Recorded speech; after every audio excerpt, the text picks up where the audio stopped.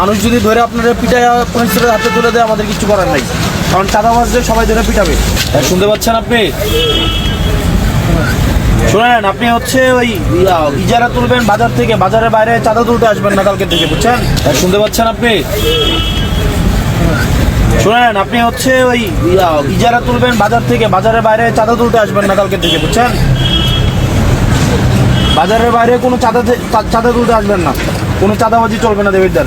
আপনি শুধুমাত্র বাজারের ইজারা নিচ্ছেন, বাজারটা হচ্ছে শুধুমাত্র কাঁচা বাজার, শুধু কাঁচা বাজারের এদিকে যদি আসেন, মানুষ যদি ধরে আপনারা পিটায় পুলিশের হাতে তুলে দেয় আমাদের কিছু করার নাই, কারণ চাঁদাবাজদের সবাই ধরে পিটাবে, বুঝছেন?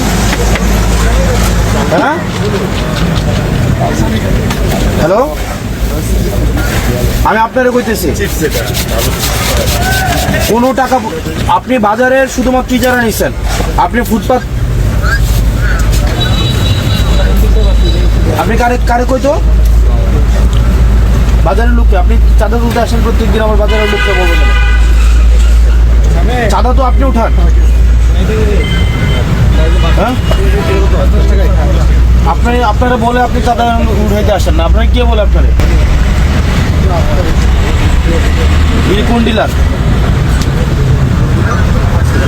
সুদন ডিলার হচ্ছে চাঁদা তুলতে আপনারা পাঠিয়ে দেন, আপনি চাঁদা তুলেন। আমি যদি আপনারা বলি এবার যে খুন করে পরে আপনি খুন করবেন,